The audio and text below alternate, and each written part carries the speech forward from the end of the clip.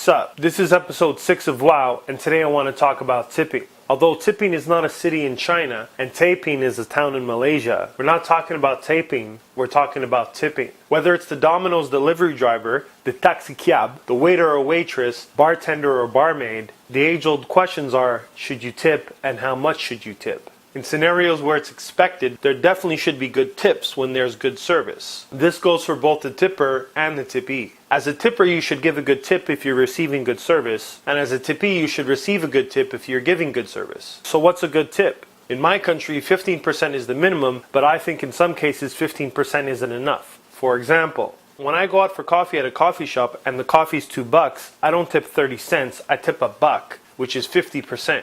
I personally think anything $5 and below should merit at least $1. Anything between $5 and $10, the amount should increase from $1 to $2, and everything after that should use the 15% rule. But if you're getting really good service, then you should increase the percentage of the tip to 18%, 20%, or even 25% if it's really, really good. In the tippee's defense, I have a lot of friends in the service industry who tell me stories of people leaving nickels and dimes on big bills after receiving great service all night, and I've witnessed this myself working in nightlife. These people rely on their tips for their income and work very hard for them. So if they're giving you good service, you should give them good tips as well. And I don't mean tips like, hey, just because you're a mother of one or more children, that doesn't necessarily mean you're a MILF.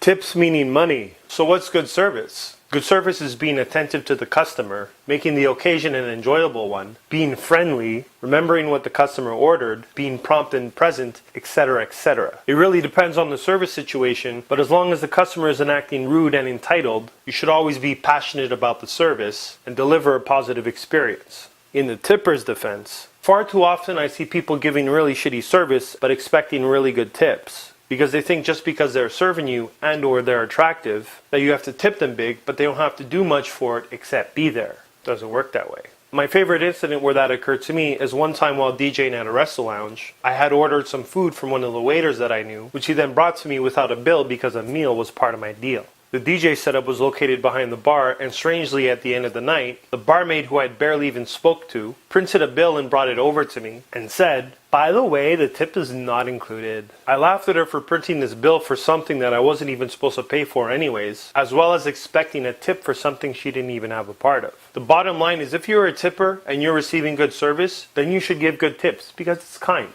And if you're a tippee and want to receive good tips, then you should give good service because it's kind.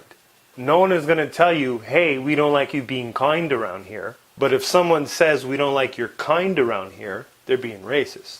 What do you think? What's a good tip? What's good service? Do you have any stories where you felt you were treated unfairly as the tipper or the tippee?